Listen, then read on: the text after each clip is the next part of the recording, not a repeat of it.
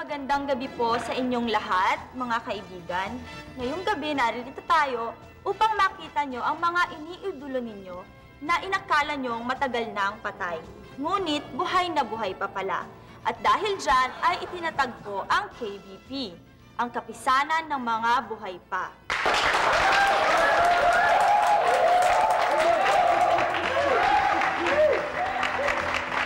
Kaya tatawagin ko na po ang mga miyembro ng KBP, ang mga taong inakala natin na patay na at alam ng buong mundong patay na, ngunit buhay na buhay pa pala. Hindi ko na sila tatawagin sa kanilang pangalan sapagkat alam ko namang kilalang-kilala niyo na sila. Umpisahan na po natin. Member number 1.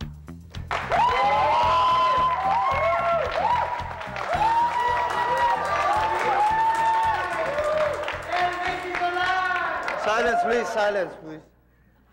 Love me tender. Love.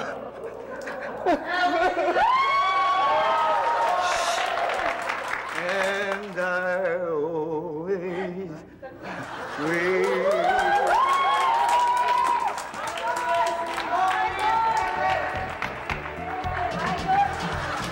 Yan po ang ating member number 1. Tawagin naman natin ang member number 2.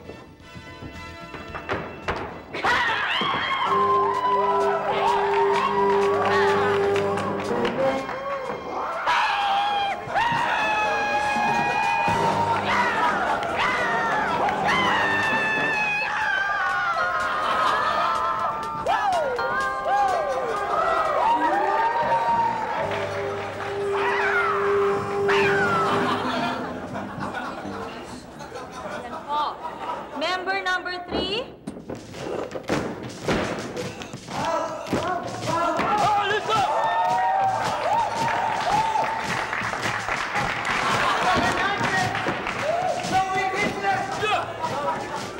Member number 4.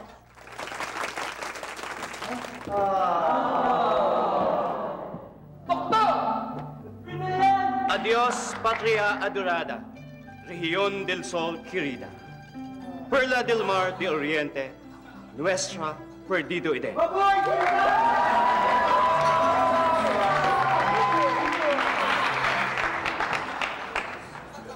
Siyempre po, nandito naman ang member number 5. Ay! Excuse me, kasi hindi kita kilala. Ha? Kasama ka ba dito? Hindi kita kilala eh. Hindi mo ako kilala? Hindi. Why, Elvis? Yeah. The microphone. Wala malibing ko. Wala malibing ko. It's not for you. Pasensya ka na. Maraming salamat. Okay, ngayon mga kaibigan, dadako na tayo sa tunay na dahilan kung bakit talaga tayo nagtipon-tipon ngayong gabi. I-welcome natin ang pinakabagong miyembro ng KBP, ang kapisanan ng mga buhay pa.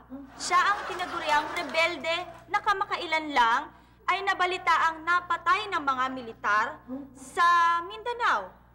Pero sa katotohanan, siya po ay buhay na buhay pa. Tawagin na po natin siya. Ang huling member, i-welcome na po natin siya. Member number 6.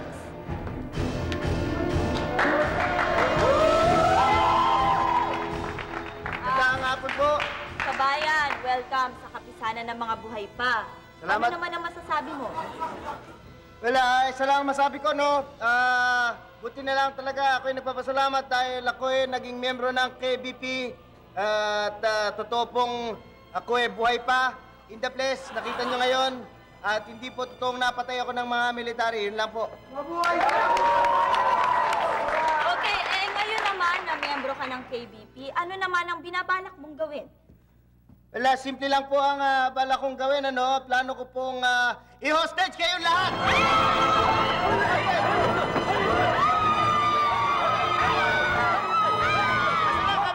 Saan ang kamera? Mahal Presidente! Mahal Presidente!